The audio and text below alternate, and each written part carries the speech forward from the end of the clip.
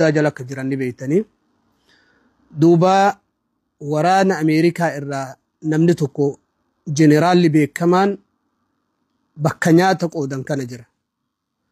Daa'imni tokko maqaan isaa Amiir jedhama jedhinuuf hime jeneraalli kun seenaa mucaa kana.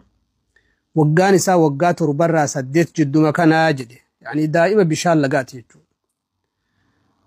Bakki inni irraa dhufe kiiloomeetira 12 deemee dhufee jedhe. Mucaan kun kophee ofirraa hin qabu jedhe. Uffanni isaa illee ciccattuu takka jedhe xiqqoomatu irra jira. Nama hunda keessaa anaa meeshaa qabadhee dhaabachaa jiru natti as dhufee natti siqee yeroo inni jedhu sila mucaan kun mucaa seenaan isaa addunyaa hunda qalbii cabse tokko seenaa isaa isiniif hima. Assalaamu alaykum wa rahmatullahi wa barakaatuh. Ameerikaan biyya Filistiin naannoo Gazzaa keessatti dhaabbata nyaataa jettee ummata Gazzaatiif maqaa jedhuun Gazzaa keessatti dhaabbata wayii bantee turte. Akkuma beektan biyya Filistiin naannoo Gazzaatitti waraanni waggaa 2 oliif yakki gurguddaan irratti raawwatamaa jiru. Hawaasni biyya naannoo Gazzaa jiraatan zulmi guddaa jala akka jiran ni beeytanii. Duuba waraana Ameerikaa irraa namni tokko jeneraalli beekamaan bakka nyaata qoodan kana jira. Daa'imni tokko maqaan isaa Amiir jedhama jedhinuuf hime jeneraalli kun seenaa mucaa kana. Waggaan isaa waggaa 7 jidduma kanaa jedhe. Yani daa'ima bishaan lagaati jechuudha. Bakki inni irraa dhufe kiiloomeetira 12 deemee dhufee jedhe. Mucaan kun kophee ofirraa hin qabu jedhe. Uffanni isaa illee ciccattuu takka jedhe xiqqoomatu irra jira. Nama hunda keessaa anaa meeshaa qabadhee dhaabachaa jiru natti as dhufee natti siqee yeroo inni jedhu sila mucaan kun maal barbaada jedheetiin hin rifadhe jedhe. Waa isaa kennuudhaaf ani ammoo meeshaa waraanaa malee homaa harkaa hin qabu jedhe.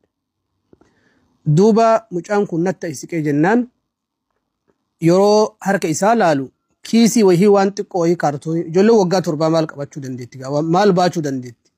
Meeshaa kennaniif hunda baatu dadhabee kiisii wayii xiqqoo ruuzaa fi misirri keessa jira. Kaartoonii wayii harkatti qabatee akkana harka tokko qabatee harka tokko natti as deema jedhe.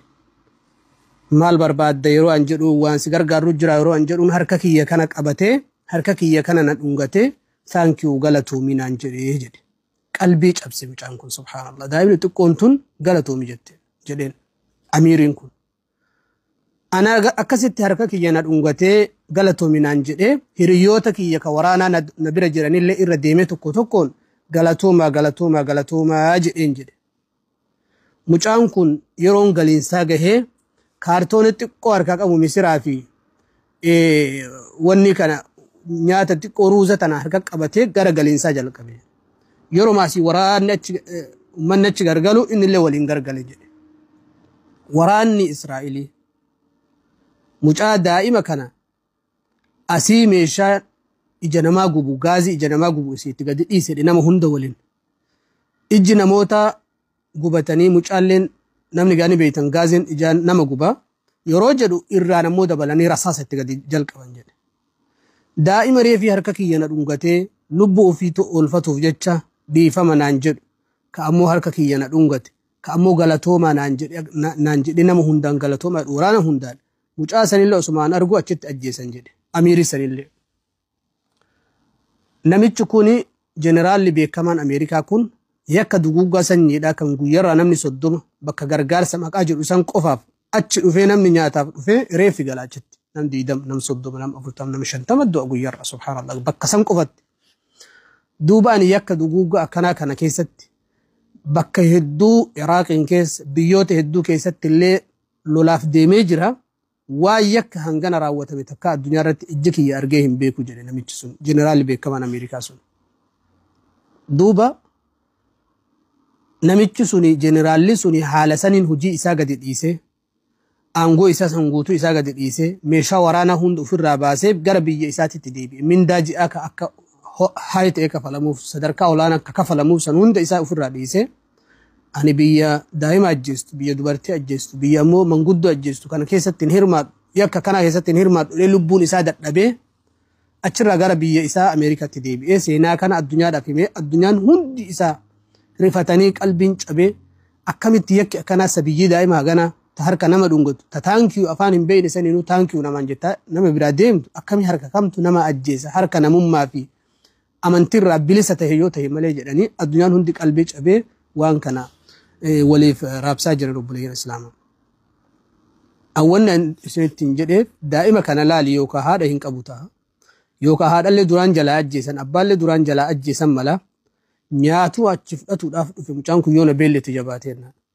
Tari ammoo haadha ni qaba haadha abbatu ergate mucaa waan kana nuu fuudhe nu yoo gadi baane nu ajjeesanii nu nama guddaadha mee daa'ima namni tuqun jiru jedhanii yookaan lubbuu fi baraaruuf jecha daa'ima kana ergatan. Harki ammoo namummaa dhabe ammoo amantiillee dhabe ka gara laafummaa dhabe sabiyyii namni ergate tana haadha abbaan ergattee maal eessa geette laatee eegu yookaan inni haadha abbaa hin qabne obboleettii dhukkubsattu manaa qabu sabiyyii kana harkaan dhahanii ajjeesan subhaanallah. Duuba sadarkaa kana irra jira jechuudha. Sadarkaan biyya Falastiin keessatti namni itti du'aa jiru namummaan namarraa murqamtee nama xiqqaa fi guddaa dubartii fi dhiira manguddoo akka waan waraanaatitti ilaalame yakka waraanan tokko raawwatamu kan yeroo ammaatitti gadaa ammaa kana keessa hin jirre achitti raawwatamaa jira obboleeyyan islaamaa. Wannan isiniin jechuu barbaadu obboleeyyan islaamaa ummanni biyya san keessa jiraatan biyya ammoo Baytul Maqdis keessa warri jiraatan ummanni biyya sanii ummata miidhamaadha ummata ammoo rabbiin malee subhaanahu wa ta'ala nama hin qabne rabbiin haa kadhannuuf du'aa isaaniif haa goonu. Akkasuma nuti biyya jirru keessatti biyya keenya keessatti nagahan jiraatu kana tasgabbiin jiraatu kana waan laafaa tokko seena. Alhamdulillah namni nyaatee dhugee ulgaluun irra ni'maa guddooti beeki. Rabbi subhaanahu wa ta'ala nagaa nuu kenne alhamdulillah jecha walaakinnahu yeroo nyaattu yeroo quuftee dhuydu yeroo quuftee nyaattu yeroo hirriba firaasha gaariirra raftu mana gaarii afata gaariirra yeroo jiraattu obboleeyyan keessan yaadadhu yaa rabbi isaanillee quubsi yaa rabbi isaanillee nyaachisi yaa rabbi isaanillee obaasi jedhii rabbii kee subhaanahu wa ta'ala kadhadhuuf. Maaliif fayyaan yeroo hunda namarra hin turu dhukkubatu duubaan jira nageenyi yeroo hunda hin jiraatu lolatu duubaan jira qananii yeroo hunda hin jiraatu rakkootu duubaan jira. Waan rabbi subhaanahu wa ta'ala wanni hundi isaa faallaa isaa qaba likulli shay'in didduhu jedhan wanni hundi isaa faallaa waan sanii qaba. Gammachuu booda gaddatu jira kolfa booda boo'ichatu jira dhukkuba booda fayyatu jira qananii booda gaddatu jira wanni hundi isaa uffata booda daaratu jira wanni akka tokkotti jireenya kee irra haga qabrii teetitti fidoo waliin deemu hin jiru jechuudha obboleeyyan islaamaa. Saniif guyyaa akka amma manni muslimaa hawaasni islaamaa biyya san keessa rakkatu kana rabbi keenya kadhatuufiin amaanaa nutti haa ta'uu isiniin jedha. Yoo nuti jara yaadanne gaafa rakkoon nu mudate obboleeyyan islaamaa kanu yaadatan rabbi subhaanahu wa ta'ala bakka nu buusuu qaba. Dirqama biyya Falastiin jiraatee waa gargaaruu osoo hin taane du'aahiidhaan salaata kee keessatti yeroo waa nyaattu yaa rabbi jara sanillee naa nyaachisi naa obaasii jedhi rabbi kee kadhadhu isiniin jedha. هذا وبالله التوفيق والسلام عليكم ورحمة الله وبركاته.